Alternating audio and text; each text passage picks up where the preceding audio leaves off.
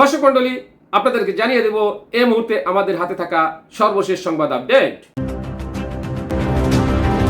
শুরুতেই থাকছে প্রধান উপদেষ্টার সাথে বৈঠকে অস্বীকৃতি ব্রিটিশ প্রধানমন্ত্রীর। এরপর থাকছে হজ যাত্রীদের জন্য জরুরি বার্তা বাংলাদেশ বিমানের। আরও থাকছে সব পথ হারিয়ে ডক্টর ইউনূস এখন তারেক রহমানের কাছে গেছেন ফজলুর রহমান। তারপর থাকছে মির্জা ফখরুলের নেতৃত্বে চীনে যাচ্ছেন বিএনপির প্রতিনিধি দল। সর্বশেষে থাকছে হাসিনা ইস্যুতে সহযোগিতা করেননি মোদি, ডক্টর ইউনূস।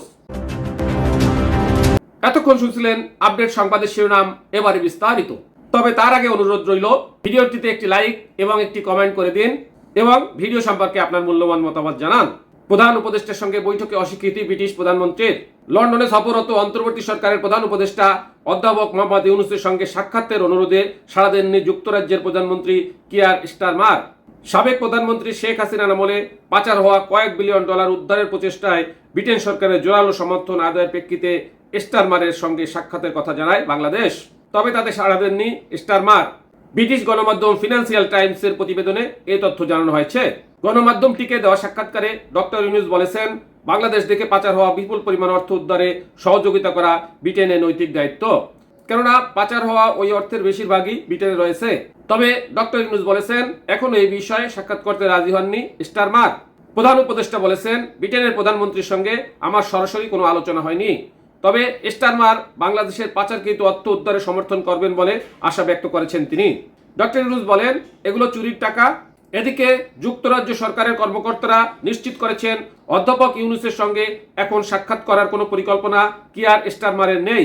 এ বিষয়ে আর কোনো মন্তব্য করতে রাজি হননি তারা। তবে প্রধান উপদেষ্টা জানিয়েছেন, ইতিমধ্যে অর্থ উদ্ধারে কিছু সহায়তা করেছে ব্রিটেন। কেননা পাচার হওয়া অর্থ উদ্ধারে বাংলাদেশকে সহায়তা দিতে দেশটির নৈতিক ও আইনগত দায়িত্ব রয়েছে বলেও মন্তব্য করেন তিনি। প্রধান উপদেষ্টা বলেছেন, এসব অর্থ ফেরত আনতে ব্রিটেন সরকারের আরও সমর্থন আদায় করাই ছিল এবারের লন্ডন সফরের উদ্দেশ্য। হজ যাত্রীদের জন্য জরুরি বার্তা বাংলাদেশ বিমানের। হজ যাত্রীদের জন্য জরুরি বার্তা দিয়েছে বাংলাদেশ বিমান এয়ারলাইন্স।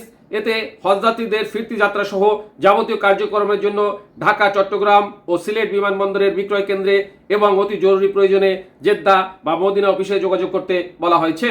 বুধবার 11 জুন বাংলাদেশ বিমান এয়ারলাইন্সের এক বিজ্ঞপ্তিতে এ তথ্য জানায়। বিমান কর্তৃপক্ষ জানিয়েছে, প্রতি বছর হজযাত্রীরা হজ পালন শেষে ফিরতি যাত্রা সুষ্ঠু, সুন্দর এবং নিরবিচ্ছিন্ন করার জন্য মক্কা ও মদিনায় অস্থায়ী অফিস স্থাপন করা হয়। এরই ধারাবাহিকতায় এবারও বিমান বাংলাদেশ এয়ারলাইন্স মক্কা ও মদিনায় অস্থায়ী অফিস স্থাপনের জন্য যাবতীয় প্রস্তুতি গ্রহণ করেছে।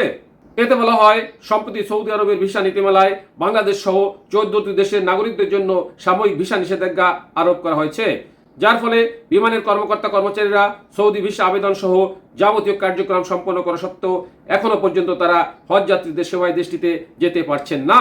সব পথ হারিয়ে ডক্টর ইউনূস এখন তারেক রহমানের কাছে গেছেন।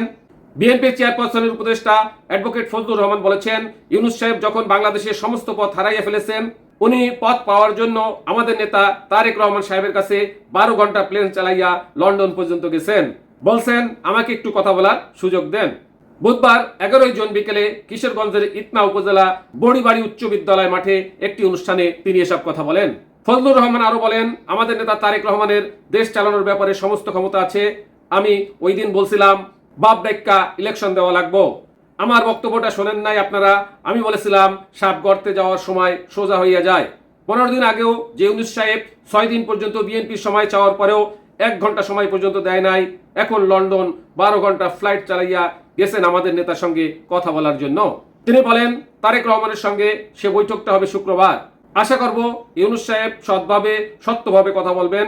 ইউনূস সাহেব, আপনি আমার চেয়ে 9 বছরের বড়, আপনি আমার মুরব্বী, আপনি নোবেল পুরস্কার প্রাপ্ত। আমি আশা করব তারেক রহমানের সঙ্গে আলোচনার মধ্য দিয়ে এ দেশকে আপনারা রক্ষা করবেন। আর আন্দোলন করতে চাই না, এখন বাংলাদেশের মানুষ একটা ভোট দিতে চায়। মির্জা ফখরুলের নেতৃত্বে চীনে যাচ্ছে বিএনপির প্রতিনিধি দল। চলতি জুন মাসের শেষের দিকে চীনের কমিউনিস্ট পার্টির আমন্ত্রণে প্রতিনিধি দলটি চীন সফর করবে। দলটির মিডিয়া সেলের সদস্য শায়রুল কবির খান তথ্যটি নিশ্চিত করেছেন। তিনি জানান, চলতি মাসের শেষে বিএনপি মহাসচিব মির্জা ফখরুল ইসলাম আলমগীরের নেতৃত্বে একটি উচ্চ পর্যায়ের প্রতিনিধি দল চীন সফরে যাচ্ছেন। চীনের কমিউনিস্ট পার্টির আমন্ত্রণেই এই সফরে যাবেন তারা। চীনের সঙ্গে রাজনৈতিক দলগুলোর সম্পর্ককে গুরুত্ব দিয়ে দেখে দেশটির কমিউনিস্ট পার্টি। প্রতিবেশী রাষ্ট্রগুলোর রাজনৈতিক দলগুলোর সঙ্গে নিয়মিত সংলাপ ও সফর বিনিময়ের মাধ্যমে বন্ধুত্বপূর্ণ সম্পর্ক গড়ে তোলার চেষ্টা করে থাকেন তারা। এর আগেও বিএনপি সহ বিভিন্ন রাজনৈতিক দলকে আমন্ত্রণ জানিয়েছে চীন। তবে এবারের আমন্ত্রণে ভিন্নতা রয়েছে, কারণ এবার সরাসরি বিএনপির শীর্ষ পর্যায়ের নেতৃত্বকে ডাকা হয়েছে। এই সফরের মাধ্যমে শুধু দ্বিপাক্ষীয় সম্পর্কই নয়, বাংলাদেশের রাজনীতি ও আসন্ন জাতীয় নির্বাচন নিয়েও আলোচনা হতে পারে বলে ধারণা করা হচ্ছে। হাসিনা ইস্যুতে সহযোগিতা করেননি মোদি, ডক্টর ইউনূস। বাংলাদেশের সাবেক প্রধানমন্ত্রী শেখ হাসিনা ইস্যুতে ভারতের প্রধানমন্ত্রী নরেন্দ্র মোদী ঢাকাকে কোনো সহযোগিতা করেননি বলে অভিযোগ করেছেন অন্তর্বর্তী সরকারের প্রধান উপদেষ্টা ডক্টর মোহাম্মদ ইউনূস। বুধবার 11 জুন ব্রিটিশ থিঙ্ক ট্যাঙ্ক সংস্থা চ্যাটার্স হাউসে দেওয়া এক বক্তব্যে এই অভিযোগ জানিয়েছেন তিনি। সেই সঙ্গে তিনি বলছেন, বাংলাদেশের অন্তর্বর্তী সরকার শেখ হাসিনাকে দেশে ফিরিয়ে এনে বিচারের সম্মুখীন করার চেষ্টা চালিয়ে যাচ্ছে। তিনি আরও বলেন, গত এপ্রিলে ব্যাংককে বিশটেক সম্মেলনে আমি যখন প্রধানমন্ত্রী নরেন্দ্র মোদীর সঙ্গে সরাসরি কথা বলার সুযোগ পেলাম, আমি শুধু বলেছিলাম, আপনি যে তাকে আশ্রয় দিতে চান এই নীতি বাদ দেওয়ার জন্য আমি আপনার উপর জোর জবরদস্তি করতে পারি না, কিন্তু আমাদের অনুরোধ তাকে চুপ থাকতে বলুন। বাংলাদেশের জনগণের উদ্দেশ্য করে তিনি যেসব কথাবার্তা বলেন, বর্তমান অবস্থান থেকে সেসব তার বলা উচিত নয়। তার কথাবার্তা বাংলাদেশের জনগণকে খুবই ক্ষুব্ধ করে তোলে। আমার এই অনুরোধের জবাবে মোদির উত্তর ছিল, আমি কোট করেছি, এটা সামাজিক যোগাযোগ মাধ্যম, আমরা এটা নিয়ন্ত্রণ করতে পারি না। এরপর আপনি আর কি বলতে পারেন?